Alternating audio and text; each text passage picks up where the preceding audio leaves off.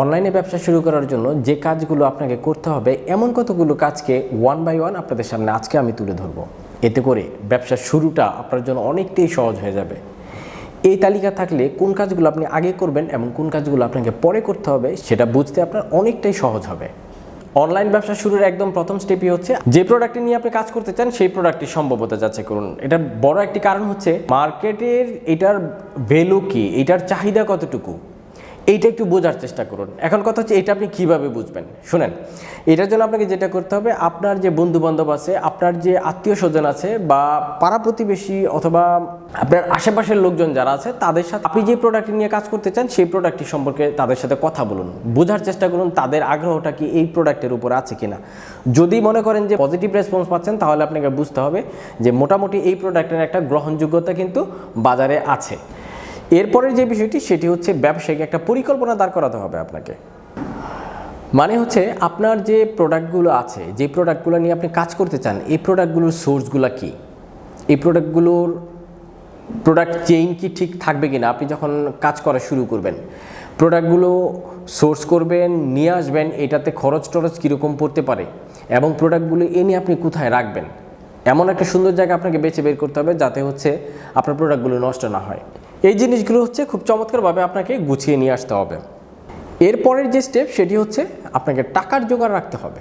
যে মালামালগুলো কিনতে চান, ব্যবসাটা যে শুরু করতে চান, এটার জন্য যে পরিমাণ টাকার প্রয়োজন সেই টাকাটা আপনাকে জোগাড় রাখতে হবে যাতে যখনই আপনি শুরু করবেন চিন্তা করেন সাথে সাথে হচ্ছে আপনি শুরু করতে পারেন। এরপরের যে স্টেপটি সেটি হচ্ছে আপনাকে আয়ের প্রবাহ শুরু করতে হবে। কথাটা একটু কমপ্লিকেটেড মনে হলেও এটার মিনিংটা কিন্তু অনেক সুন্দর।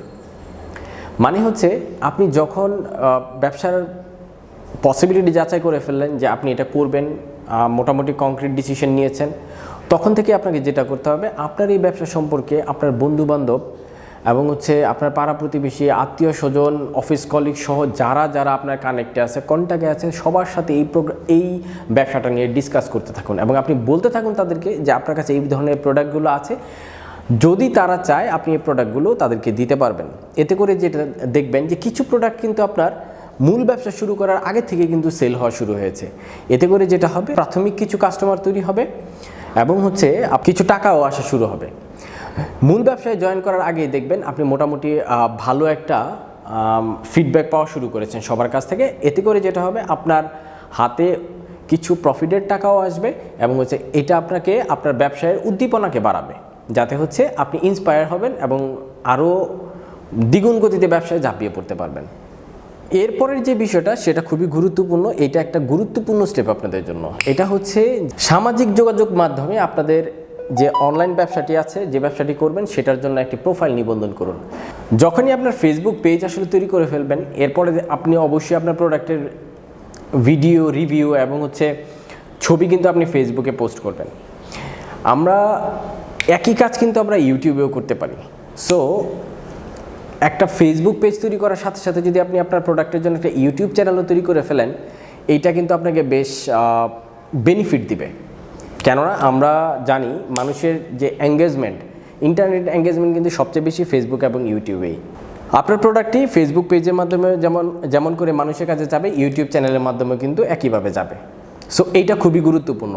এবং আরও একটি গুরুত্বপূর্ণ বিষয় হচ্ছে যদি আপনার কাছে ফাইন্যান্সিয়াল অ্যাভেলেবিলিটি থাকে তাহলে একটা ওয়েবসাইট করে ফেলেন। কারণ ওয়েবসাইট হলো এমন একটা জিনিস যেটা আপনাকে বড় কাস্টমারের কাছে পর্যন্ত নিয়ে যাবে। আপনি যখন বড় কোনো কাস্টমারের কাছে যাবেন, কর্পোরেট লেভেলে বিট করতে যাবেন অথবা হচ্ছে গ্লোবালি বিট করতে যাবেন, তখন কিন্তু আপনাকে অবশ্যই আপনার প্রোডাক্টের জন্য একটা ওয়েবসাইট থাকতে হবে। আইদার কিন্তু আপনাকে বড় কোনো কাস্টমারের কাছে আপনি পৌঁছতে পারবেন না। যদি পৌঁছতেও পারেন তারা ওয়েবসাইট না থাকার কারণে কিন্তু আপনাকে প্রথমেই রিজেক্ট করে দেবে।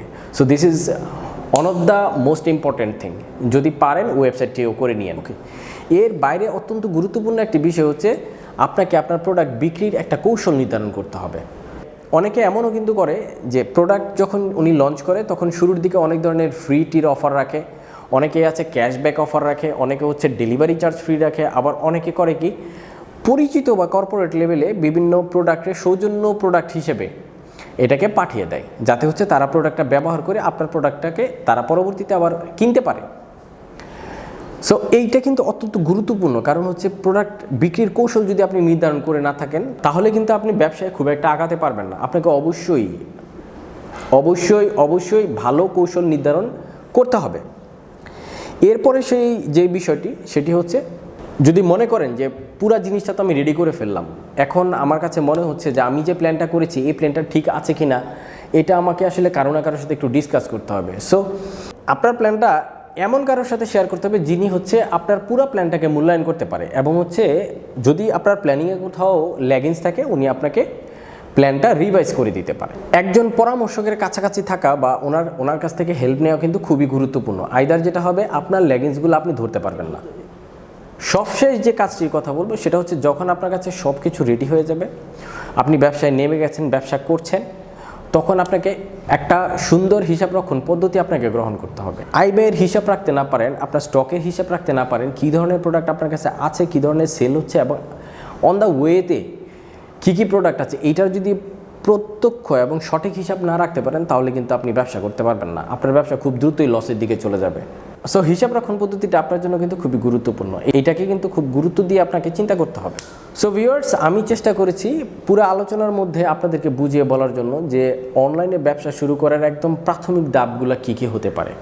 আমার বিশ্বাস যদি আপনারা এই ধাপগুলো ফলো করেন এবং অনুসরণ করেন তাহলে কখনোই আপনাদেরকে ব্যবসা থেকে পিছপা হতে হবে না। অবশ্যই ব্যবসাটি লাভজনক হবে এবং হচ্ছে আপনারা এটা একটা সাস্টেনেবল ব্যবসা হিসেবে এটাকে ধরে সামনে নিয়ে এগিয়ে যেতে পারবেন। আমার পরের ভিডিওতে আমি আপনাদেরকে বলার চেষ্টা করব যে কিভাবে আপনারা ফেসবুকে পেজ ওপেন করবেন এবং ইউটিউবে চ্যানেল তৈরি করবেন। এটা তৈরি করতে কী কী প্রয়োজন সেটাও আমি আমার ফেসবুকে পোস্টের মাধ্যমে আপনাদেরকে বলে দিব, যাতে হচ্ছে আপনাদের একটা অ্যাডভান্স প্রস্তুতি আপনারা রাখতে পারেন।